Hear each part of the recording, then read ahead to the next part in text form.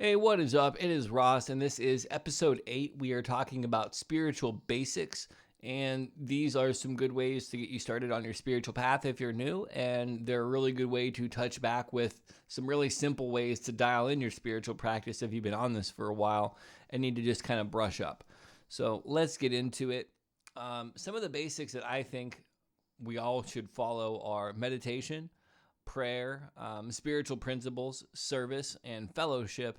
And if you've ever done any work in 12 step work, you might recognize some of these.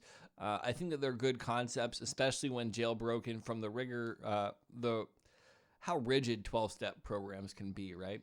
So let's look at meditation first. This is one of these things that I think Western culture largely misunderstands what meditation is about. Um, so, first off, we're going to start small. And by that, like even 1 minute a day of meditation is better than no meditation. Um, we're also going to understand that meditation is a practice. And by that, it means that you're going to spend time with it and it's going to take time to develop and to build up. It is a process. And that means this is one of the ones that I think we really struggle with. I had studied under a lady um, who has kind of a local ashram, and she studied under swamis from India, and she had talked about how in meditation, the West rushes into it, but in yoga they have 8 limbs, and the different limbs of yoga are there, and they kind of build upon each other, right? Meditation is one of the last things that people are supposed to approach because if they don't have the foundational work, they can make matters worse for themselves by trying to meditate.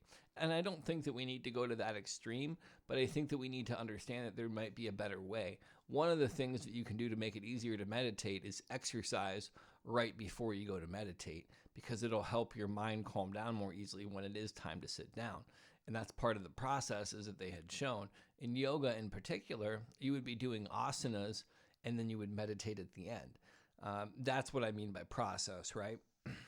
Uh, Meditation requires patience in the sense that you need patience in the moment of sitting there and not feeling rushed and allowing yourself the time. But then you also need patience in the matter of allowing your practice to build and to develop. One of the cool things about meditation, though, too, is variety. There's lots of different options. You can do guided meditations, you can do silent meditations, you can do body scan meditations, you can do astral projection based meditations. There's a lot of options.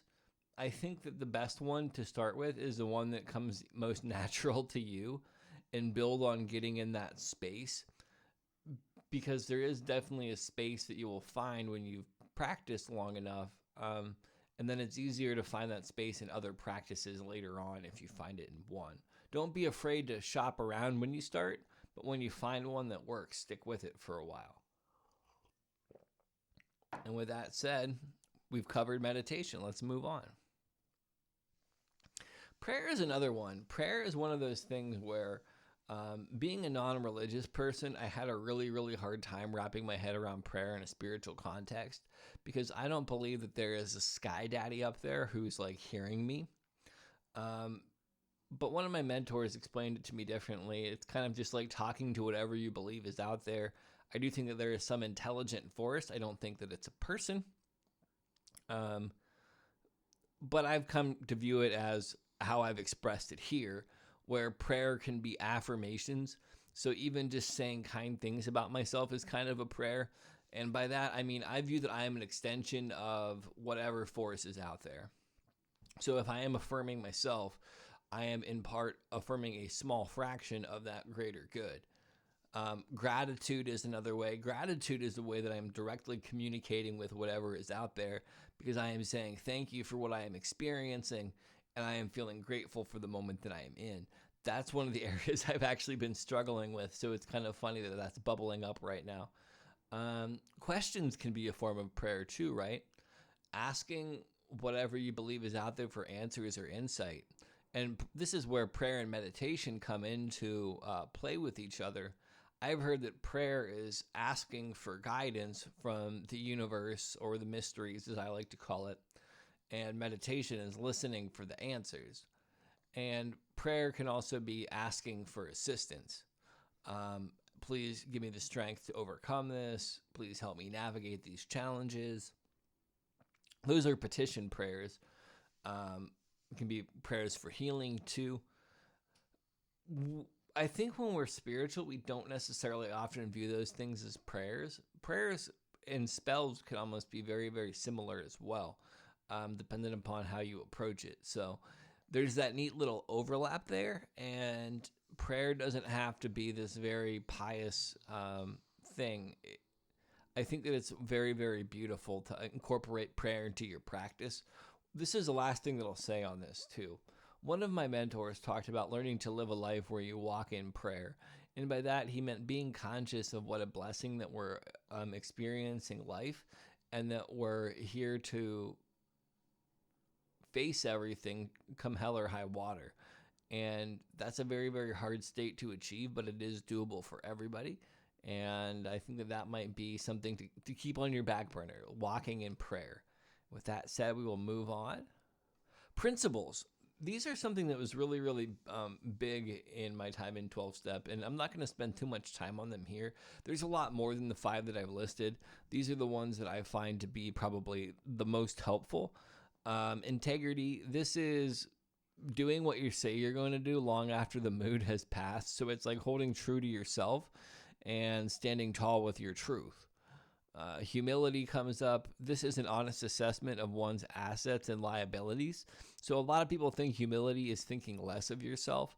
I don't subscribe to that belief. I definitely think that humility is important, but I think being able to look at myself and say, I have these good qualities, I have these detrimental qualities, but collectively I'm a pretty solid person, which is mostly true for most people. Honesty, that one's straightforward in some senses, where it's like not lying, but it also means about not withholding information and being transparent, which I think there's a lot of deceit in withholding information, and people don't recognize that. Dishonesty shows its face in many ways, and I'm just as susceptible to it as other people at times, so I think we all need to be mindful of that. Perseverance is really the ability to stay strong despite the challenges that you've faced. This is important for spiritual practice because at times you're not going to get what you want, and it's very easy to throw a temper tantrum and discredit your belief structure because you didn't get what you want, but you're missing the larger picture of what you might get. And then equanimity, that really is just kind of seeing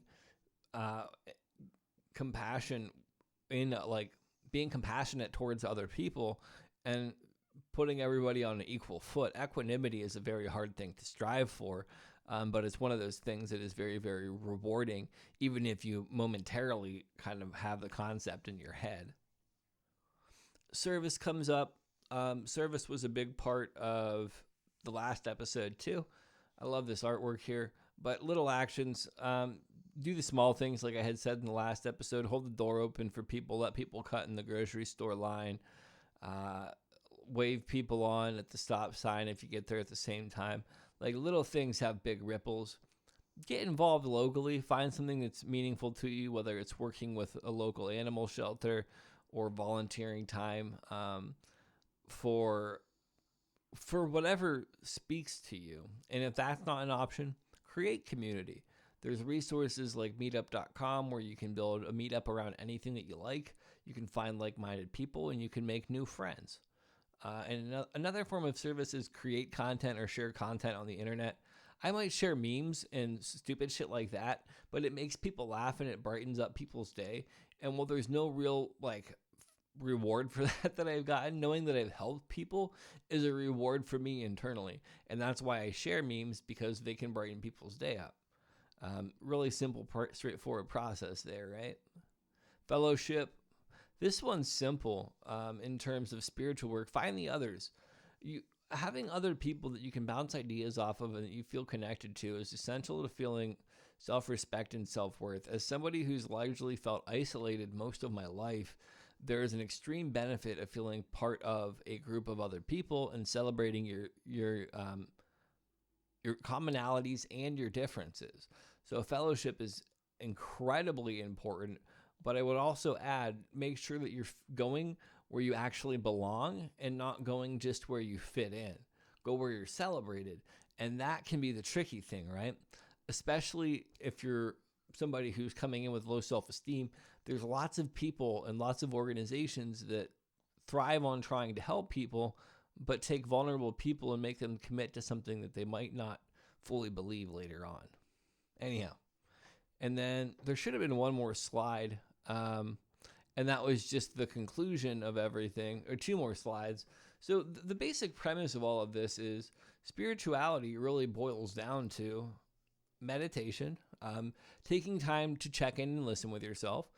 It boils down to prayer, taking time to speak to the mysteries, and also taking that time to listen to what they have to say back. It's like spiritual principles of living a life in a way where you're maintaining integrity with yourself so you're not depleting your own self-respect, service work where you're showing up for other people, and then fellowship where you're surrounding yourself with like minds and nourishing your own soul. To me, that is spirituality in a nutshell, and those core concepts are spoken about in pretty much every major religion that you can find, and you can jailbreak that idea and incorporate it into your life and get the full benefit without a lot of the dogma and BS, right? So I hope that was helpful for you. The next episode is going to be some magical basics, and it's going to give you a magical toolkit just to do all the things that you might want to do. And you can always make it more complex as you go. But this is just really to give people foundational skills that we can build upon. All of that said, thanks for checking this out. I hope that you had a great time listening to it. If you did, leave a review wherever you're listening. And yeah, chat soon. Peace.